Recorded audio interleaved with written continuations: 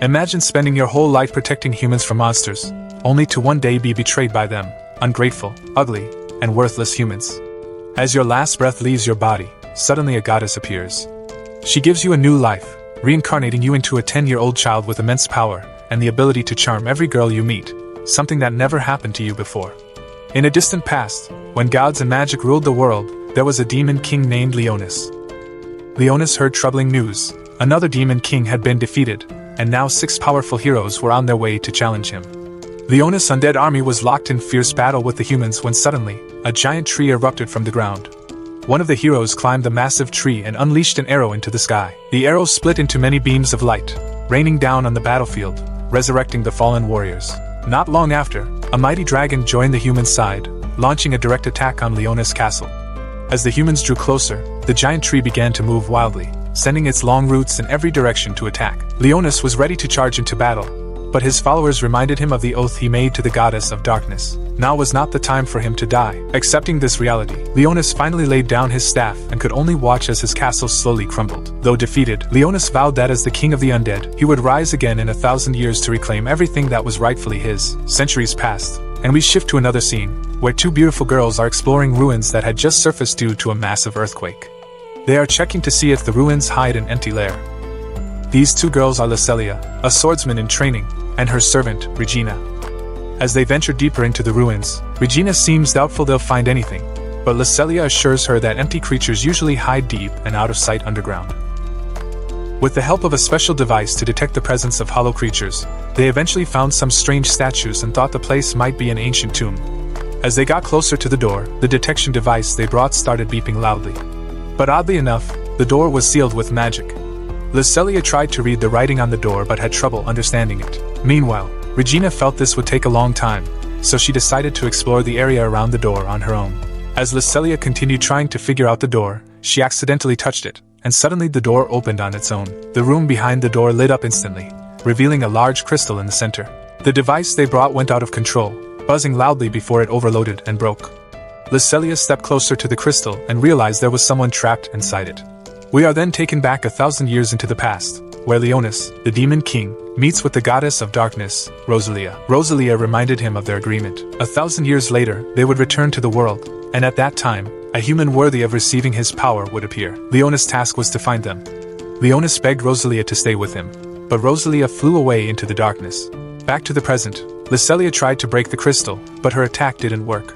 Her efforts disturbed the magic protecting the crystal, awakening Leonis, who was immediately confused about how Lycelia could enter a room that should have been secured by strong magic. However, the crystal shattered and unleashed a powerful explosion that sent Lycelia flying backward. As Leonis approached Lycelia, he was shocked to see not an adult but a child.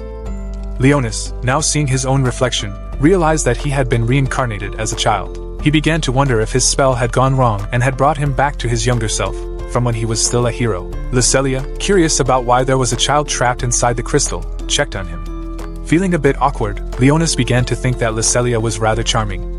Lycelia assumed the child might have amnesia and quickly promised to protect him. Leonis, who was once a mighty demon king, was surprised by the kindness shown to him. Strangely, Leonis found himself enjoying the attention before eventually passing out.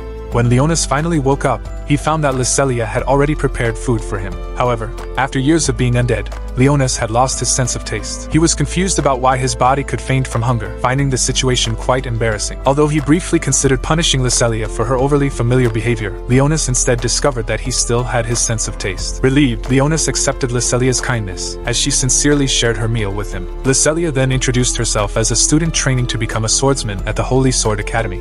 Curious about Leonis' identity, she asked for his name. Leonis calmly replied that he was Leonis Magnus. Hearing this, Lycelia found the name interesting, but instead of recognizing him from legend, she found the name cute and affectionately called him Leo. Leonis was shocked that his once famous name was no longer remembered, but beyond that, he wondered how he ended up trapped in those ruins.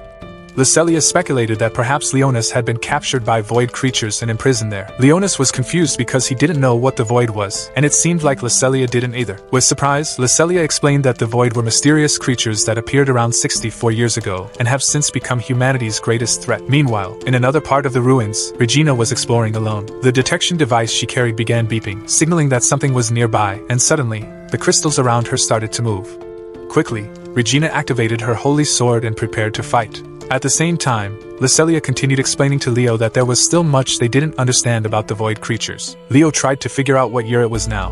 However, with the calendar system having changed, Lycelia could only say that it was year 64 of this new era.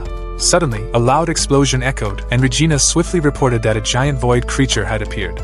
Without hesitation, Lycelia jumped toward Leo to shield him from the flying debris.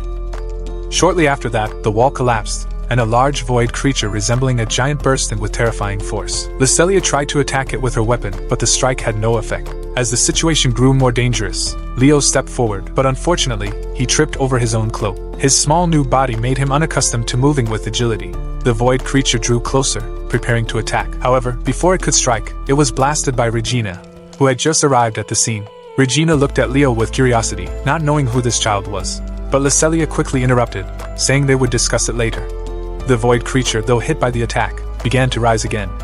Not wanting to take any chances, Regina quickly transformed her weapon into a giant cannon, firing a large shot directly at the monster's chest. The explosion hit the void creature hard, but Lycelia remained alert, ready to strike if needed. Despite Regina's powerful attack, Leo was stunned to see the creature still standing. He began to realize that Regina's strength was on par with high-level magic, something not to be underestimated.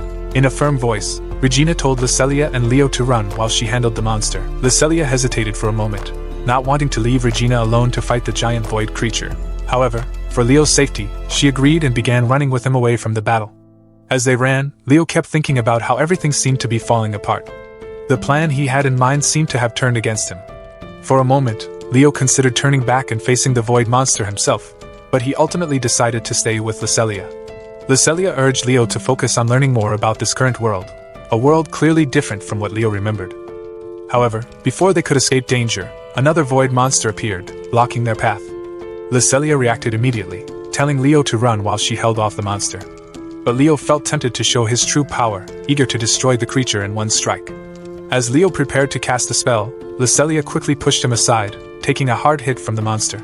Lycelia's body was thrown to the ground, badly injured and bleeding. Despite her condition, Lycelia was more concerned about Leo's safety, apologizing for not being able to protect him and urging him to run. As Leo tried to make sense of the situation, more void monsters appeared, surrounding him. The creatures attacked, but suddenly, a magical barrier appeared around Leo, protecting him. Sensing the moment had come, Leo summoned his magic staff. In an instant, he unleashed a powerful gravity spell, crushing one monster in a single strike. Not stopping there, Leo then hurled a large fireball, easily incinerating two more creatures. However, Leo was shocked to see the monster's bones remain intact. He quickly realized that while his power was still great, it was only a fraction of what he had when he was the Demon King. Silently, Leo typically didn't think much of humans, but this time he was impressed by Lycelia's bravery and sacrifice. A sense of respect began to grow within him. Seeing Lycelia lying on the ground, Leo decided to save her.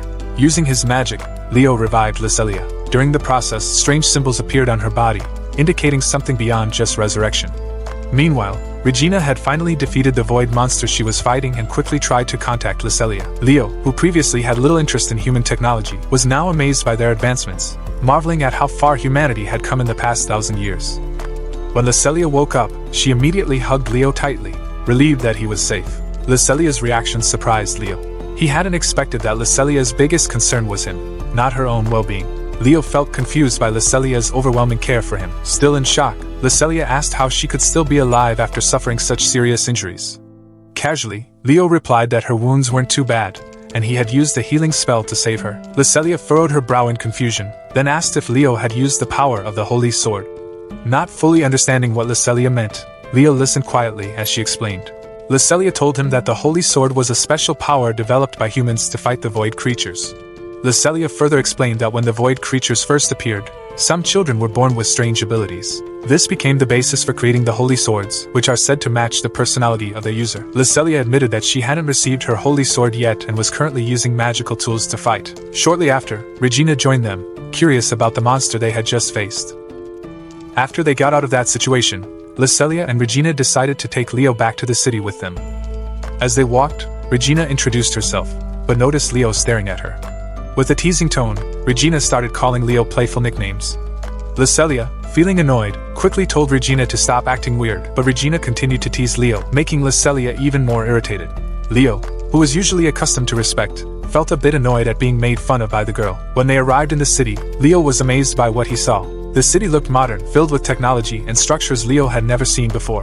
Lycelia then explained that this place was called the 7th Assault Garden, humanity's last stronghold against the void creature threat. Leo still couldn't believe that he was truly 1,000 years in the future. While Leo was still fascinated by this new world, the story shifted back 6 years ago, during a major attack on the 3rd Assault Garden by void creature forces. At that time, people were hiding inside a large house. There, a young Lycelia was seen holding Regina tightly. Regina looked terrified, trembling at the sounds of the battle outside. Lycelia, though also afraid, tried to comfort her friend. She assured Regina that her parents and the other knights had never lost a battle before. As the sounds of the fight grew closer, Lycelia confidently said that she would join the battle as soon as she was blessed with her holy sword.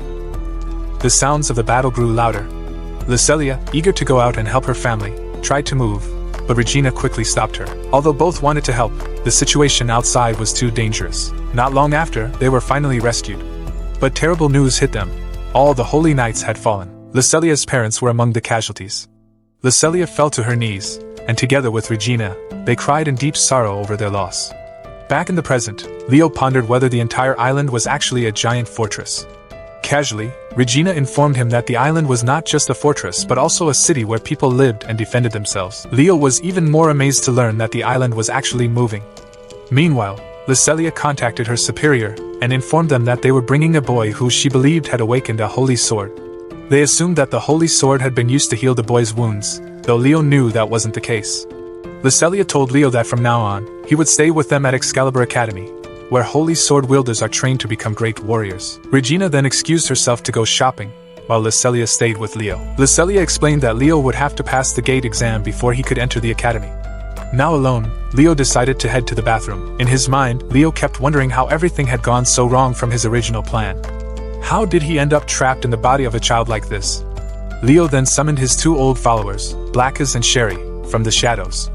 When they appeared, both were shocked to see Leo's current form. Even Sherry, in a teasing tone, mentioned that Leo looked cute. Leo explained that his reincarnation ritual didn't go as planned and brought him back in his old human form. Since becoming a hero, Leo felt his responsibilities had drastically changed. Leo then informed Blackus and Sherry that they were now on a man-made floating island called Assault Garden 7, and Leo suspected there were 6 other similar islands. Leo also noticed that humans had changed a lot since the old days. They used to be much weaker. Leo ordered Blackus and Sherry to observe the island discreetly without using magic, while he would disguise himself as a regular human at the academy. When the exam began, Leo was faced with controls and monitors he didn't understand. He learned that he had to carefully manage his mana levels if he wanted to pass this test. Tension rose when suddenly an alarm went off. Leo quickly grabbed his ID card and tried to leave. However, Lycelia suddenly appeared and took the card from him. She needed a photo of Leo to set up the test that would determine the nature of his holy sword, and Lycelia decided to hold onto the card for the time being. As they finally headed to the academy together, Leo couldn't hide his surprise at how calm and peaceful the island was. Lycelia explained that the island had never been attacked by void creatures, which was why everything felt so serene and peaceful here. As they walked through the academy, Leo noticed a ballroom and was confused. Why is there a place like that? Shouldn't they just focus on military training? He wondered. Lycelia smiled and explained, actually, doing fun activities like dancing helps the students perform better in their training. Later, Lycelia took Leo to the training grounds where he would undergo a test to determine if he possessed a holy sword, known as the Sword Investigation. However, as they passed by the dormitories, Lycelia suddenly got a headache and complained that she needed to start training again in order to obtain her own holy sword. Just then, a boy named Musel and his gang appeared, blocking their way. Musel began teasing Lycelia, mocking her while looking at Leo as if he were still a child. The girls with Musel seemed to be under the control of his holy sword. With arrogance, Musel told Lycelia that she should join his group of girls. Of course, Lycelia refused the offer. Annoyed, Musel roughly pulled her hair. Seeing that, Leo couldn't hold back his anger. He quickly used a spell to make Musel kneel before him. Leo warned Musel to leave Lycelia alone immediately. But Musel wasn't having it. He drew his holy weapon, ready for a fight. Before they could start battling, a girl named Elfine appeared and stopped the fight. "I'll report you to the school if you keep causing trouble," she threatened. Reluctantly, Musel backed off, and it was revealed that Elfine was part of the same platoon as Lycelia. Lycelia introduced Leo to Elfine, who then explained that she couldn't join their last mission because she was busy investigating strange magical signals they had detected on the island. Elfine also mentioned that a special team would be investigating it further. After that, they headed to Hazard Dormitory, an old and rundown building where Lycelia's team lived. At this academy, dormitories were assigned based on performance. The better the performance, the nicer the dorm. Lesselia took Leo upstairs, and Leo asked if he could stay in the girls' dormitory. Lesselia chuckled and allowed it because Leo was just a child. She showed Leo the bathroom so he could take a bath. Leo was amazed by the presence of hot water, something he had never experienced before. While Leo was enjoying his hot bath, Lesselia suddenly came in and started helping him bathe. She then said that Leo could join any team he wanted, but she honestly admitted she would be really happy if he joined hers. Leo was curious. Why are you so eager to fight, even though you don't have a holy sword yet? Before Lesselia could answer, she suddenly fainted. Quickly, Leo used a special mark on his body to save her, even giving her his own blood by biting her neck to help her recover. When Lesselia regained consciousness, she was shocked and confused about what Leo had done. Leo calmly explained, "You weren't just healed.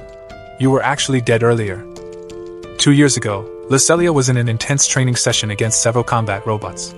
She struggled, but suddenly Musel appeared, trying to convince her to join his team. "No need to fight alone, just join us," he said casually. However, before Lesselia could respond, Regina arrived, making Musel back off with a frightened expression. Regina firmly said, "Once you get your holy sword, dealing with people like Musel will be easy." Lesselia then explained to Regina that the reason she wanted a holy sword wasn't just for power. There was something deeper behind it.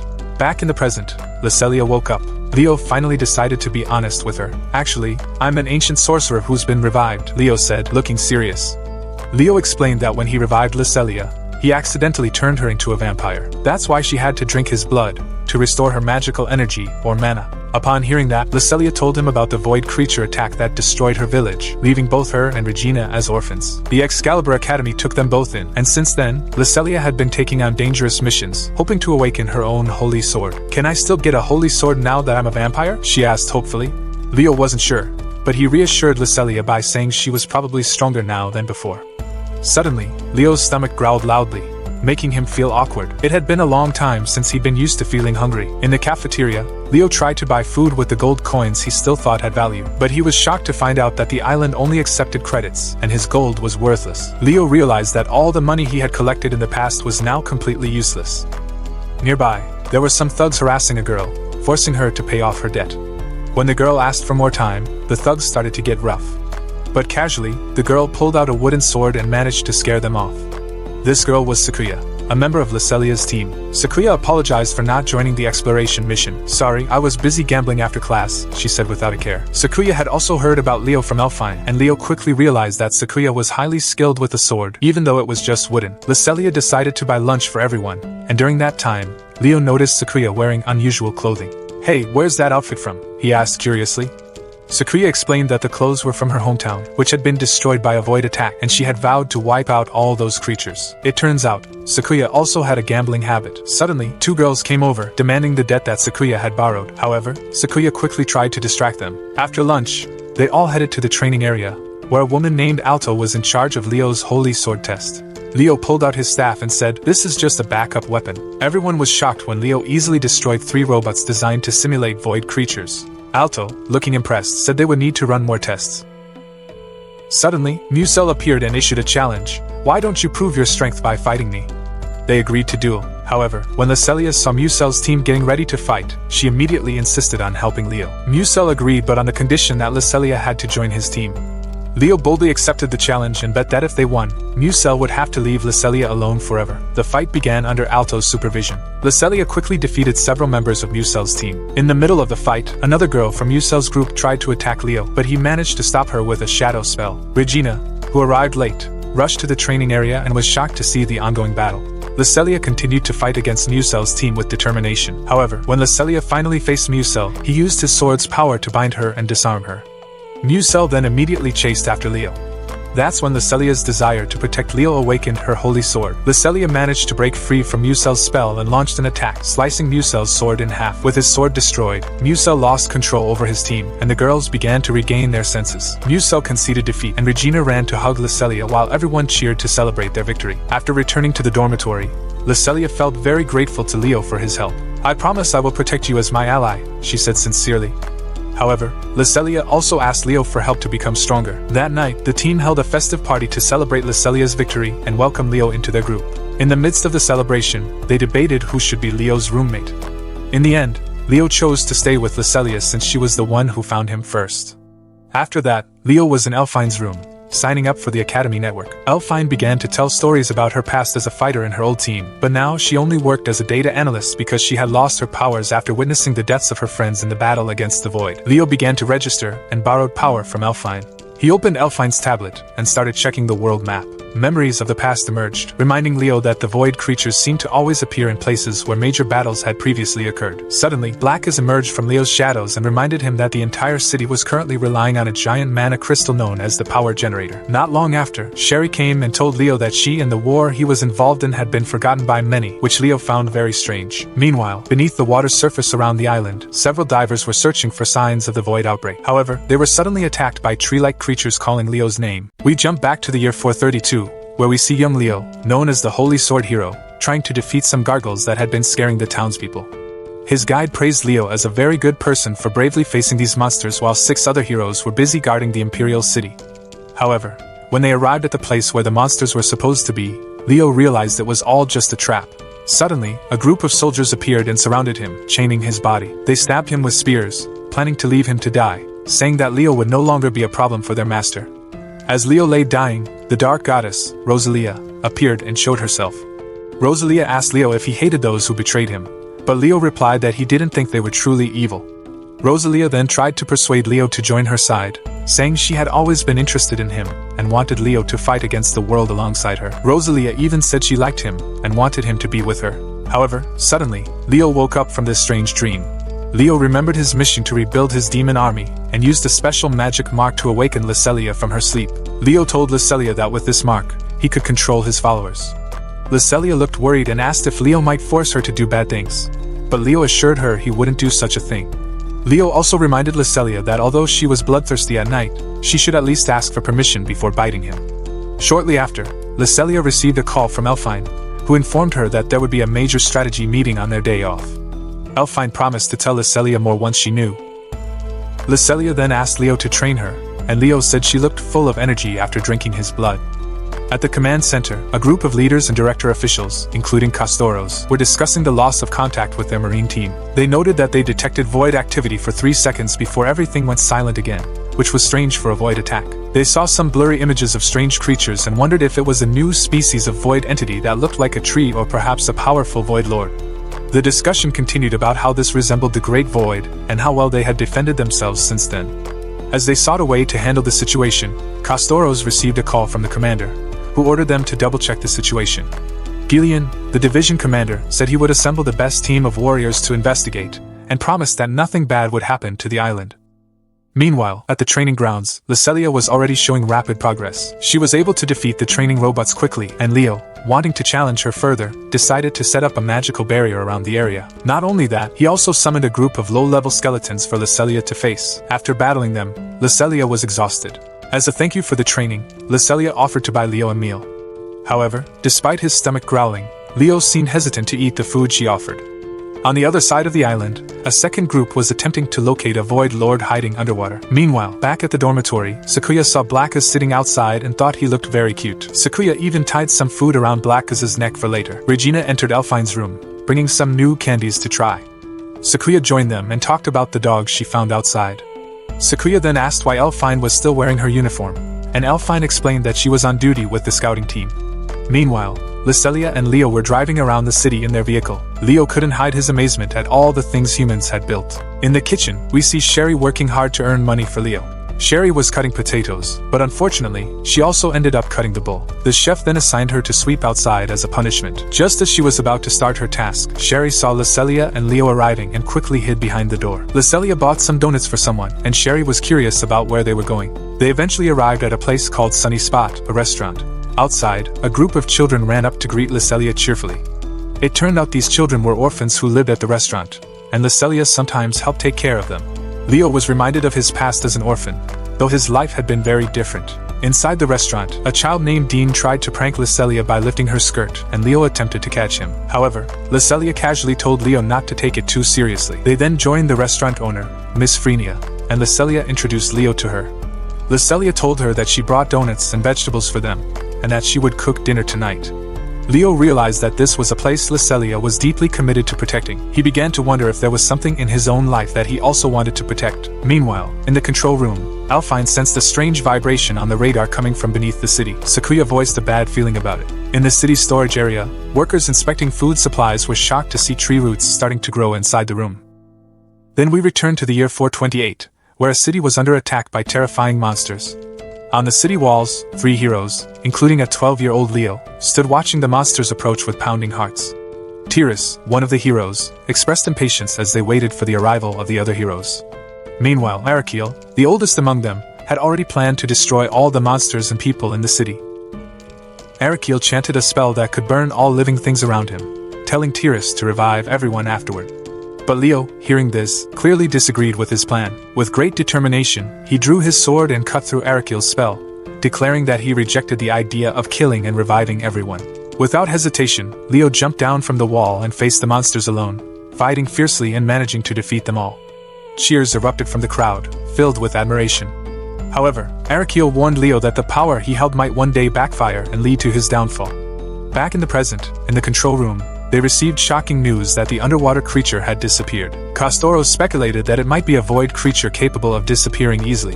However, Jillian thought otherwise. Jillian believed the creature might have crystallized and suggested they destroy it quickly before it was too late. Before they could plan their next move, they were informed that a sacred swordsman from the 18th century, a member of the platoon, wanted to share some findings with them. Initially, the military advisors seemed indifferent to what the student had to say.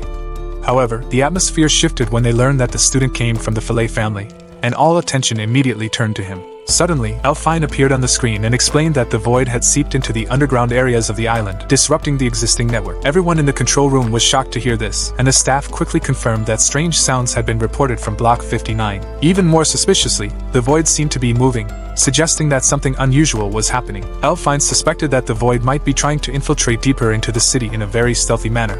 Some argued that the void creatures couldn't possibly be this intelligent.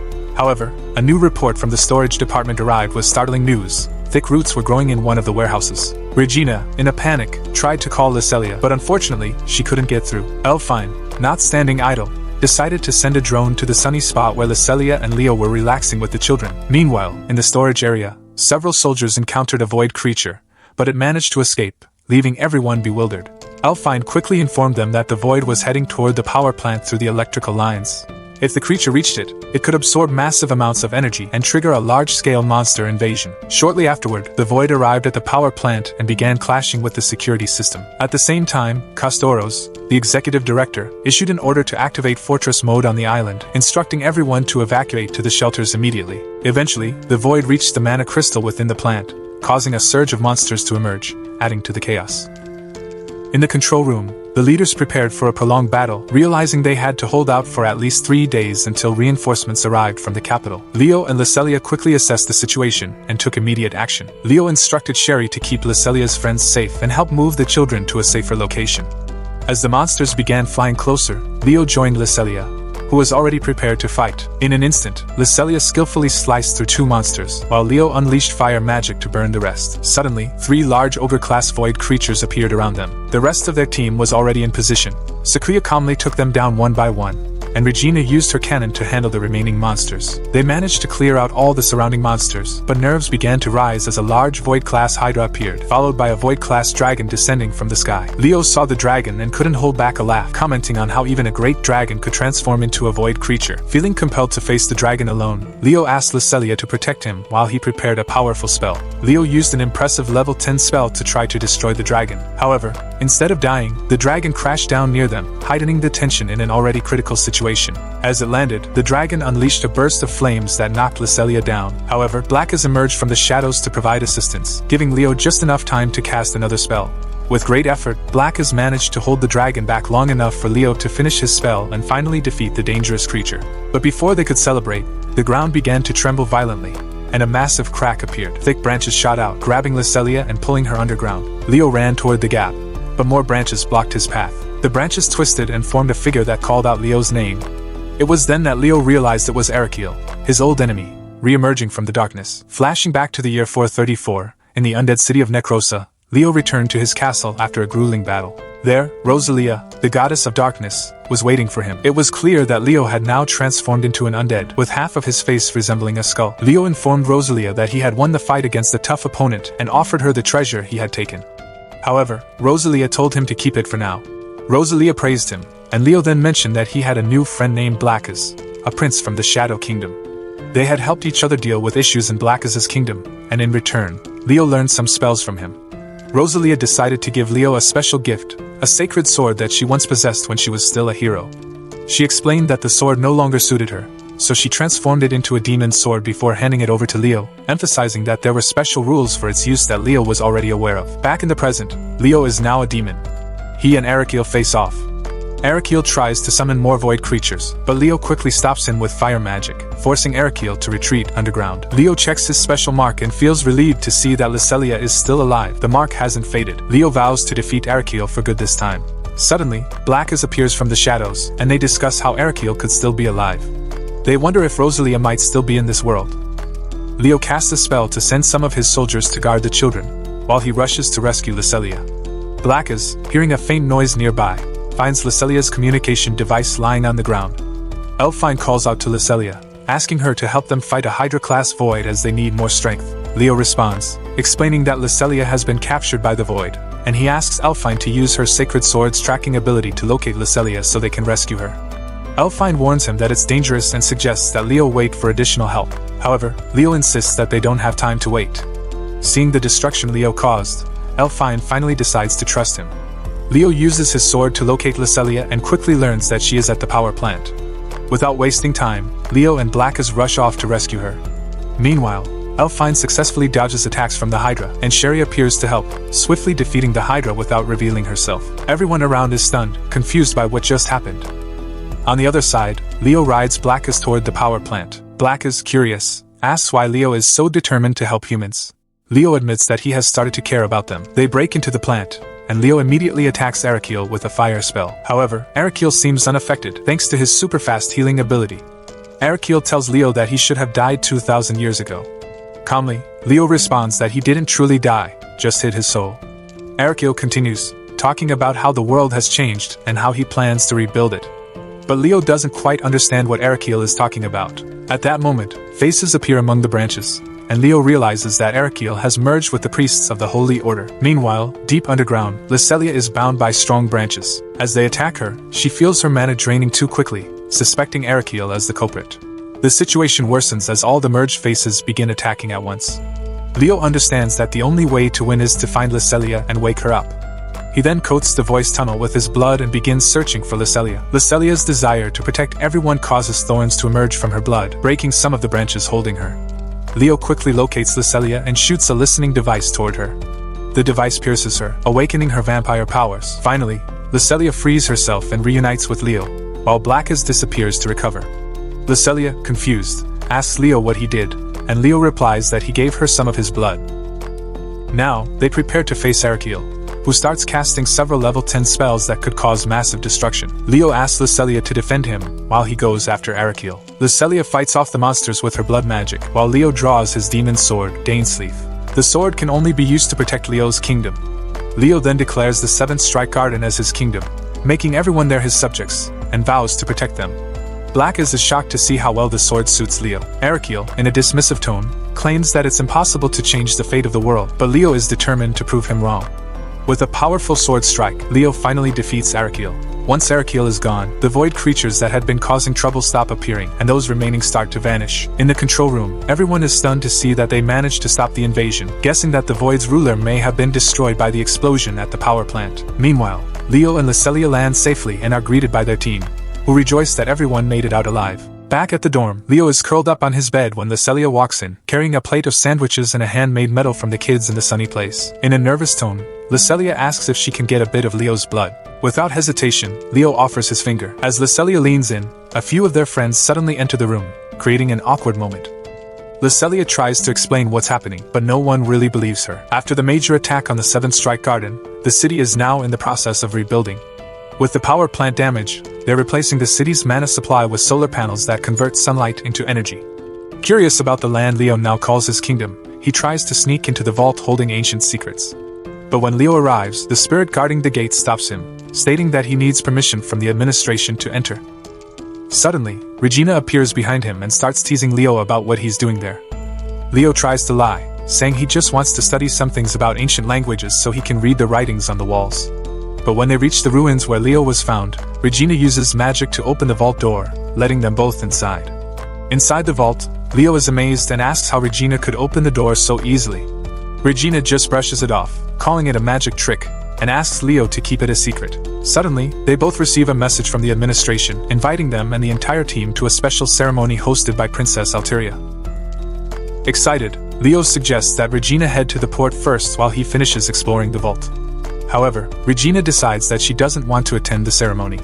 In another part of the city, a group of demi-humans led by a black lion named Baki is planning to cause chaos during the ceremony with the intent of kidnapping the princess.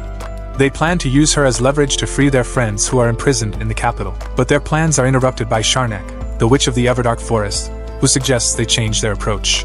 Sharnak offers a demon sword that will give them a chance to fight against the entire world. However, Sharnak has no intention of attending the ceremony herself. She suggests they take over the ship and hold the princess hostage, and instructs them to capture some holy swordsmen for a ritual. The group agrees with the new plan. Back at the port, the princess waves to the crowd from the top of the ship, and Regina watches her from a distance. Leo, who has just rejoined the rest of the team, hands Lycelia a small keychain he bought for her. Lycelia beams and thanks him sincerely. As they approach the ship, they run into Fenris, Lycelia's childhood friend. Fenris starts teasing her, calling her team lazy, and soon the two are engaged in a lively debate. Elfine steps in to break it up, and before leaving, Fenris congratulates Lycelia on awakening her holy sword. Meanwhile, a group of demi-humans sneaks onto the ship from the sea-facing side, where security is the weakest. They disguise themselves as soldiers after defeating the real guards. On the deck, the team is having a good time, while Leo sits off to the side, reading some ancient documents he found in the vault. As he flips through the pages, he realizes that significant parts of history have been deliberately erased. Sherry appears excitedly, and shares all the information she gathered about the ship.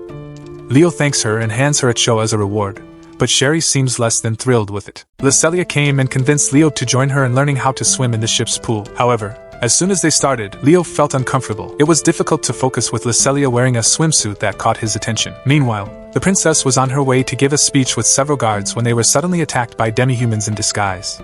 They captured the princess, while her pet managed to escape. The demi-humans quickly took control of the deck and revealed their demonic swords. When Fenris planned to fight back, they threatened to harm the passengers, forcing everyone to retreat.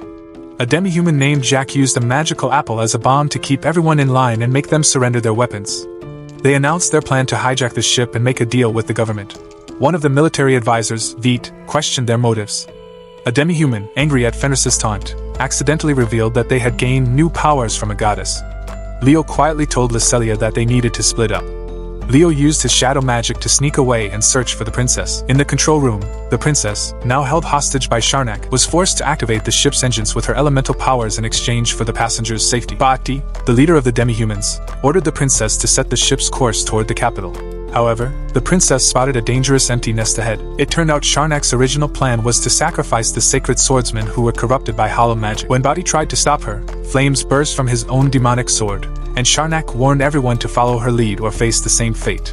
At the harbor, Regina arrived and was shocked to see the ship had already set sail. The princess's pet found her and asked for help. Regina quickly jumped onto the ship and found Leo in one of the corridors. This is when it was revealed that the princess was actually Regina's younger sister. Regina asked for Leo's help and Regina's past began to unfold. It turned out that Regina was born as the king's fourth daughter but was thought to be destined for execution due to her birth being seen as a bad omen. Her servant saved Regina by pleading with the king, and Regina was secretly raised as a servant in Lycelia's household. Regina revealed her true identity to Leo and explained that she came to the harbor to meet her sister, but instead encountered her pet. Leo explained that the princess had been captured by the demi-humans who had taken over the ship, and they decided to rescue her together. Meanwhile, Elfine told Lycelia to create a distraction so she could use a hidden drone to disrupt the bomb detonator's signal. Lycelia pricked her finger with a fork and used her vampiric nature to cause a commotion. On the other side, Leo and Regina rushed to the control room, but they found it empty as the ship's autopilot was tightly locked. Leo then suggested that Regina use her royal power to summon the princess.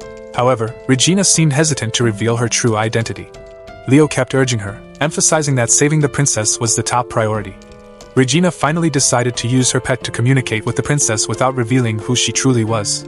The princess then shared her location and provided a code to stop the ship from crashing into the hollow nest. With determination, Leo asked Regina to take care of Lucelia. Then Regina took control of the ship while Leo rushed to rescue the princess. In the hostage-holding area, Lucelia and her friends managed to free themselves and began to fight back against the hijack. Elfine used her drone to disrupt the bomb's signal, while Lucelia unleashed her blood magic to destroy the detonator. They successfully defeated the hijackers and freed the hostages, but were shocked to realize that the ship was heading straight into a dangerous area filled with hollow creatures. As mermaid-class creatures started to board the ship, the girls prepared for the next battle. The fight began, and they struggled against the monsters while trying to save the civilians. Leo contacted Lucelia, asking her to quickly assist Regina in the control room using the key he had given her. Leo promised to handle the hollow creatures, realizing that the princess was being taken away on a small aircraft. Lucelia arrived in the control room just in time to save Regina, who was surrounded by void monsters. Meanwhile, the other girls faced off against the Brain Eater, a void creature much stronger than the mermaids. Sakuya felt courageous and decided to fight on her own, while the rest of the team focused on rescuing the civilians. We see Sakuya drawing her demonic sword, ready to face the Brain Eater and protect everyone on the ship. After reaching the ship's core, Regina entered the control code using the star disaster. Regina felt relieved knowing that her sister, the princess, still remembered her in a special way. As the ship turned around, Leo used his shadow magic to catch the escaping aircraft. Leo cast a fireball spell to destroy the hollow creatures around him. Meanwhile, Fenris and Elfine were surrounded by a swarm of void monsters, and suddenly, Sherry appeared out of nowhere, saving them quickly without drawing anyone's attention, leaving everyone puzzled. Sakuya, looking exhausted, was resting in another room after successfully defeating the Brain Eater. In front of Sharnak, Leo revealed that he was the Demon King. At first, Sharnak doubted him, but Leo easily blocked her spell and trapped her with his magic. Leo began interrogating her, and Sharnak confessed that her goal was to deliver the Demon Blood, a legendary sword known for being capable of killing the Demon King. It turned out that the sword had now transformed into the ruler of the void in this era. Leo launched a powerful level 8 fire spell at her, but the blade absorbed all the magic. The creature started attacking Leo, and he struggled to keep up. Regina, while monitoring through the ship's cameras, quickly activated the ship's weapons. The weapons began firing enthusiastically at the Void Ruler and the surrounding enemies. After that, Regina launched a missile at the Void Ruler, managing to deal some significant damage. However, the next missile exploded in midair, and from within it, Lucelia emerged. Lucelia jumped out, ready to join the fight alongside Leo. Leo quickly told Lucelia to handle the smaller void creatures while he prepared to unleash his demonic sword. With a swift move, Leo used a secret sword technique to strike the Void Ruler with a single powerful slash. The resulting explosion of energy shattered the legendary blade and violently shook the ship. After everything was over, they returned to the port, where the princess thanked the team for their bravery and hard work. However, when the princess looked for Leo, she realized he wasn't among them. When asked about his absence, the others explained that Leo couldn't come because he wasn't feeling well. The princess was curious about the mysterious figure who helped them during the attack, and they told her it was someone who sent their best wishes to Regina. Hearing that, her smile brightened. Meanwhile, a tired and sore Leo was resting. Regina came to visit him, bringing some food as a thank you for reuniting her with her sister. Regina gave Leo a quick kiss on the cheek, making him feel a little better. Elsewhere, a group of soldiers was chasing a band of demi-humans hiding in the underground tunnels. The soldiers continued their pursuit, threatening to capture them. Suddenly, the soldiers turned to stone. From the darkness, a mysterious figure appeared and cast a spell that made the soldiers kneel. The figure introduced himself as the Demon King, explaining to the demi-humans that the soldiers would soon return to normal. He offered them a safe place if they swore loyalty to him.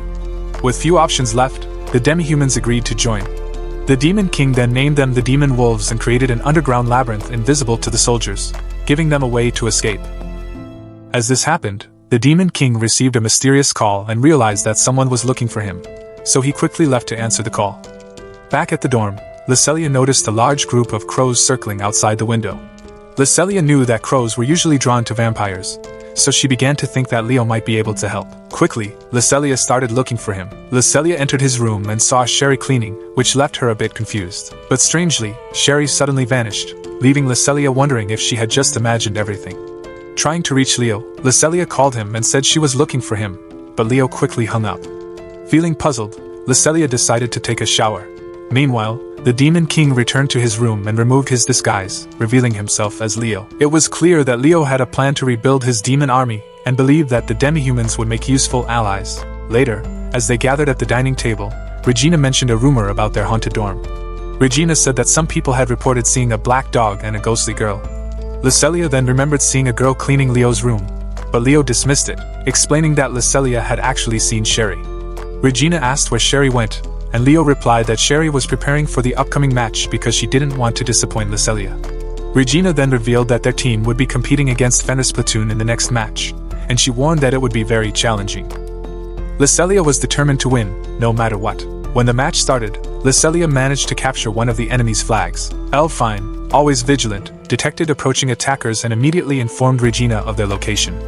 This allowed Regina to take them out from a distance with her incredible marksmanship. Sakuya, full of spirit, charged in alone, creating the distraction needed while Lycelia attempted to destroy more enemy flags. However, suddenly Lycelia was ambushed by ice wolves, and one of them bit her, causing Lycelia to fall. Fenris then appeared, revealing that she knew their plan.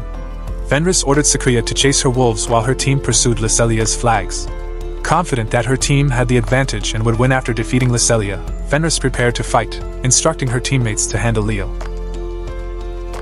With enthusiasm, Fenris attacked Lycelia, successfully pushing her back, and then summoned her wolves to bring Lycelia down. Meanwhile, Fenris' teammates tried to shoot Leo. However, Leo swiftly deflected the attack and used his shadow magic to trap them. Lycelia, who managed to escape from the wolves, charged at Fenris and defeated her. Leo watched Lycelia's strength and began to think that perhaps Lycelia was indeed destined to become his right-hand warrior. In the end, their team managed to win the match. On the other side, a mysterious figure named Nephicus was seen bringing a demon sword to his goddess, saying that the time for her awakening was near. Suddenly, an assault garden, a large floating fortress, appeared on the control room's monitor. Lycelia immediately recognized it as her hometown, the third assault garden, which had vanished into the void 6 years ago. The ship was heading straight toward them and was expected to arrive in 7 days. They received a distress signal from the garden that had been sent twice, indicating that there was still a chance of survivors there. Their commander then ordered them to investigate and stop this assault garden, giving them 72 hours to complete the mission. Elfine wondered why their team was chosen for this mission and guessed that it might be because Lycelia was from the third assault garden and the last surviving member of the Crystalia family. Their superior agreed that it was possible but mentioned that the decision was made by the administrative bureau. Believing that her team was the best for the task, Lycelia eagerly accepted the mission. The next day, Leo noted that he saw signs of the Holy Order in the city, so he wanted to find out who was behind it. Leo ordered Blackas to protect his kingdom while he was away and told Sherry to come with him. They flew toward the city, and on the way, Regina let Leo rest his head on her lap while she started cleaning his ears. Leo recalled memories with Rosalia, when she told him that her time was almost up and that he would be reborn in 1,000 years. Leo promised he would find her and would never stop searching. When they reached the third assault garden, a thick fog enveloped it, forcing them to continue on foot. Lycelia instructed the other girls to investigate the ongoing troubles while signaling, while she and Leo focused on stopping the assault in the garden. Elfine sent her drone to follow Lycelia, allowing Elfine to monitor the situation from a distance. Leo called Sherry and instructed her to protect the girls, considering them as part of his kingdom now.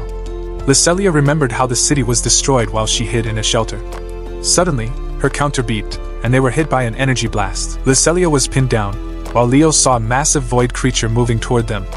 Elsewhere, a girl named Arl realized she had been sent 1,000 years into the future. Arl looked around the ruined city, thinking there were no humans left.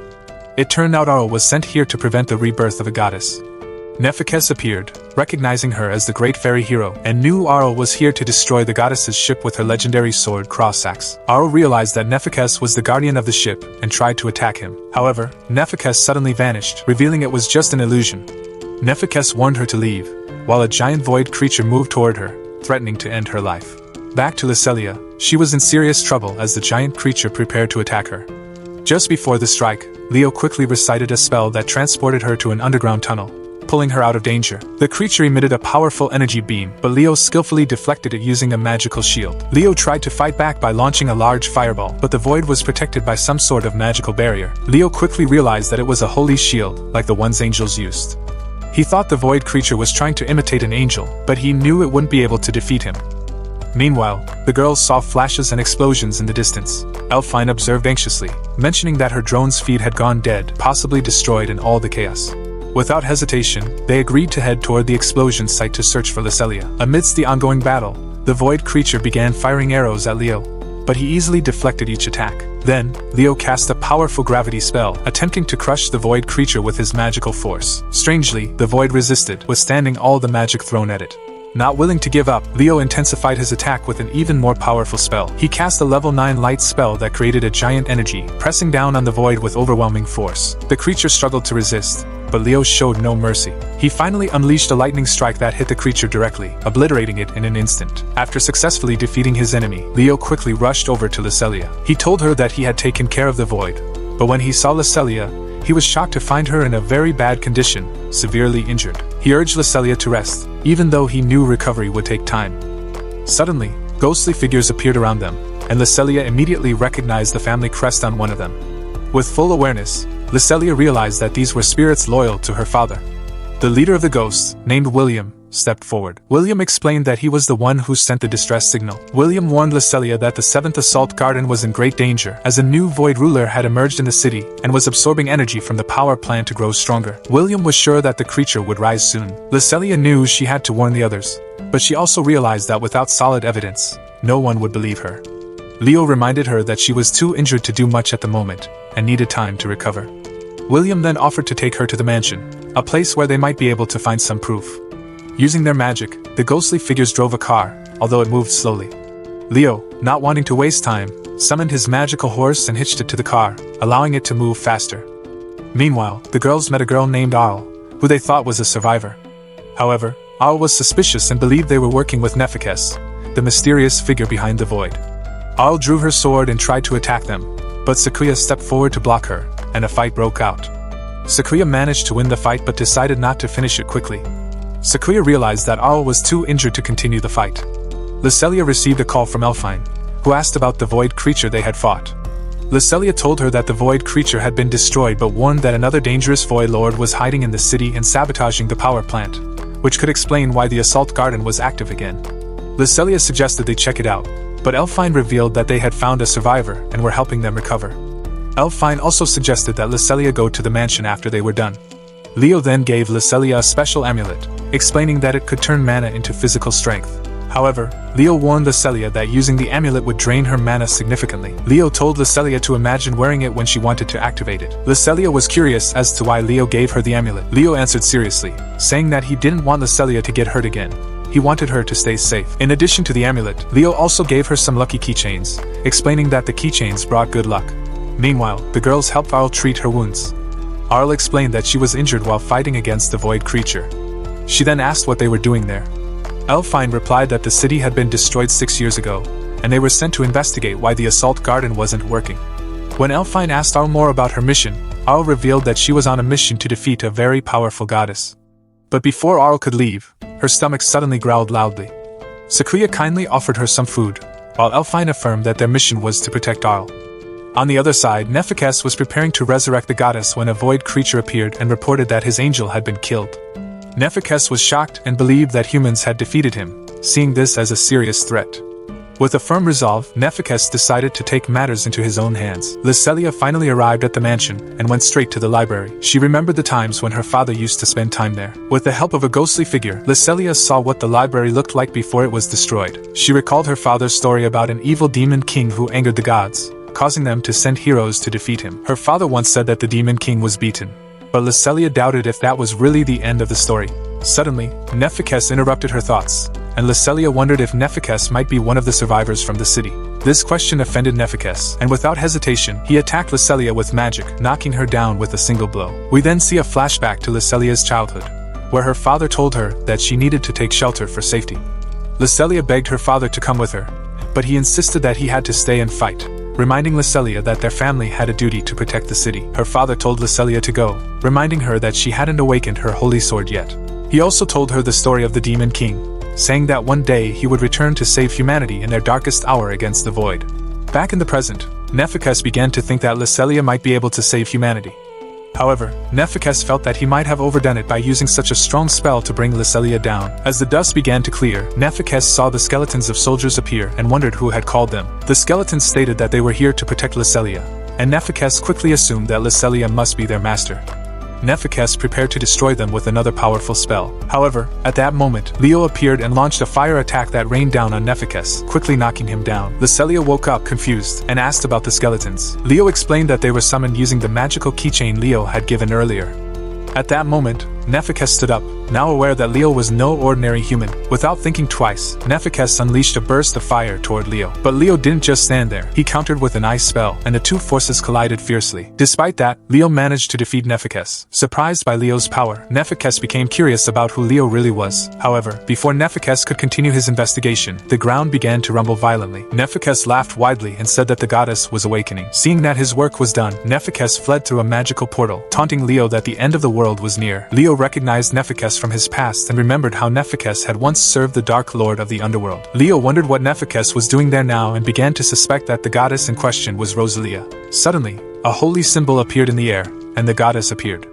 William, one of the ghostly figures, pointed and reminded everyone that this figure was the Void Ruler previously mentioned. Instantly, angels began appearing around her, and when Leo saw the face of the goddess, he realized that the figure was made from the remains of the legendary hero, Tiras. Regina, watching from a distance, immediately informed the team about the appearance of the goddess. Elfine quickly activated the ship's systems and sent out a distress signal for help. As the angels began attacking the team, Elfine revealed that there was no way to escape. They had to defeat the goddess if they wanted to survive. Elfine then decided to use her drone to locate a vehicle and get closer for a direct assault. The team fought against the angels, destroying their bodies, but strangely, the angels regenerated almost instantly. The clever Elfine scanned them and discovered that their weak point was in the head. Elfine quickly shared this information with the rest of the team, and they all targeted the angels' heads, eventually managing to defeat them one by one. Leo suddenly remembered that resurrection had the power to bring things back to life, which explained why the angels could heal so quickly. Although they managed to fight off the angels, the team realized that their battle was far from over. As the fight continued, Leo felt the presence of the goddess growing closer. Elfine skillfully found some vehicles nearby and shouted for everyone to protect her while she prepared them. Leo used a large fire spell to destroy a group of enemies, successfully knocking a group of angels out of the sky. Leo knew they might have a chance to defeat the goddess, but the number of angels surrounding them was overwhelming. In his mind, Leo decided that a direct attack on the goddess was the only way to win this battle. Leo cast one of his strongest spells, a level 10 magic that created a large ball of light. The light engulfed the goddess, burning her body thoroughly, but as expected, she quickly regenerated. The goddess began chanting a spell, and Leo quickly summoned a magical barrier to protect himself. Then, the goddess released a rain of fire, covering the entire area with blazing flames. Arl, watching from a distance, recognized the spell as Nemesis, a very powerful level 11 spell capable of causing massive destruction. Leo tried to block the attack, but suddenly he saw a group of angels approaching him. Leo shouted at Lycelia to protect him while he tried to take down the goddess. Lycelia wasn't about to back down. She used her blood magic to form wings and flew, slashing through the angels, blocking her path. On the other side, the skeleton soldiers Leo had summoned earlier also jumped in to help clear the way. Leo prepared to attack the goddess directly, with his demon sword Dainsleif in hand. Just as Leo was about to land the final blow, he heard a voice he knew very well. It was Rosalia's voice coming from the sword, calling him back to reality. For a moment, Leo thought that Rosalia might be trapped inside the goddess's body. Doubt crossed his mind. However, Leo quickly shook off the doubt and decided to attack. The goddess swiftly blocked his attack, then retaliated with arrows that shot toward Leo, striking him and knocking him to the ground.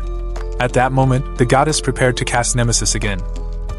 Lycelia, not wanting to let Leo stay down, used the magical gift Leo had given her and launched a powerful attack. Her strike succeeded in temporarily knocking down the goddess. Quickly, Lycelia rushed to Leo, who had fallen, but instead of running away, Lycelia gave him some of her blood. That action reminded Leo of the memories that Rosalia had hidden in his mind. Leo recalled when Rosalia had told him that if she ever turned into a monster, Leo should use his demon sword to end her life. Leo shook his head, unable to imagine such a thing, but Rosalia insisted that her sword, Dainsleif, would guide him.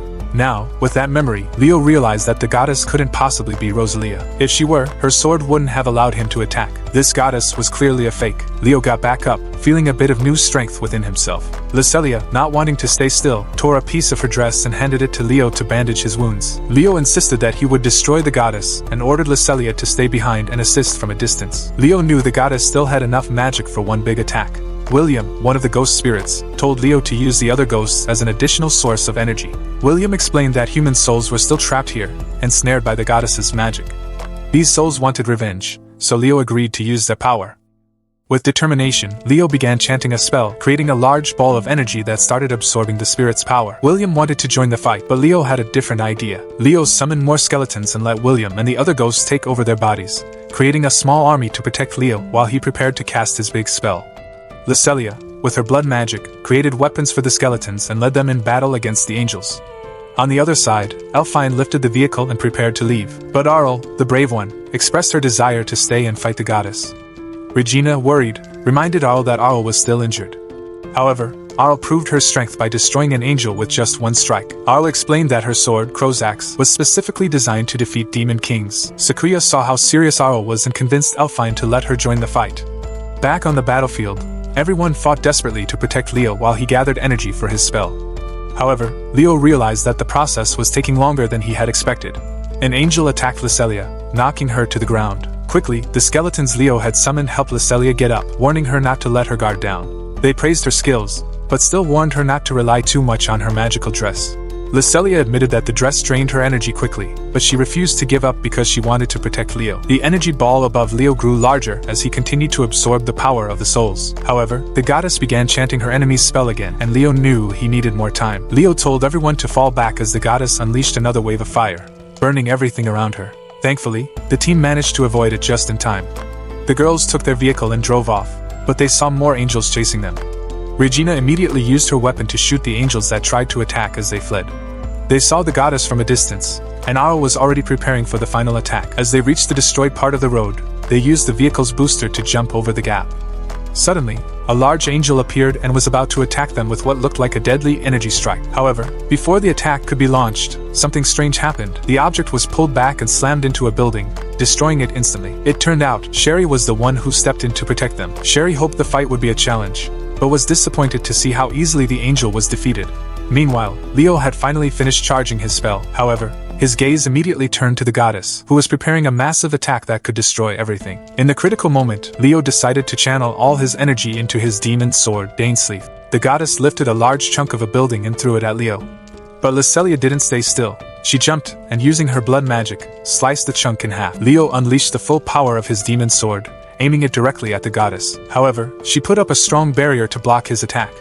At that critical moment, the girls arrived. Arl was ready with her special sword, Crow's Axe. Regina and Sakura gave it their all, but their attacks didn't seem to have the desired effect. Not giving up, Arl unleashed her strongest move, breaking the goddess's barrier and injuring her. However, after her attack, the girls fell to the ground and passed out. Seeing the opportunity, Leo heard the goddess using Rosalia's voice again, trying to deceive him. But Leo knew it was just a trick. With determination, Leo gathered all his strength and delivered a final powerful blow with his demon sword. A huge burst of energy occurred, destroying the goddess. After the goddess was gone, William and the ghost spirits finally found peace. They thanked Lycelia for letting them help one last time before they disappeared. Lycelia heard her friends calling her name and rushed to reunite with Regina and Sakuya, who told her about Arl's bravery in the battle. Reinforcements arrived quickly, and Fenris felt relieved to see that everyone was safe. Fenris immediately ordered the medical officers to help the injured as they prepared to return to base. Leo realized that Arl was the only one who had managed to break through the goddess's barrier. However, Leo was confused as to why such a strong hero like Arl would be here. Leo then asked Lycelia about the book she was reading. Lycelia explained that the book was about the Demon King. She read a bit from the book to Leo, and Leo was shocked to realize that the story was about him. Unfortunately, many details in the story were wrong, leading him to believe that it was just a fabricated tale. Back at the dorm, Leo was chatting with Blackas and Sherry about Nephikas. They all agreed that Nephikas was the one who awakened the goddess and needed to be stopped before more problems arose. Sherry also warned Leo to be cautious of Arl, as Sherry felt that Arl might have come here to kill him.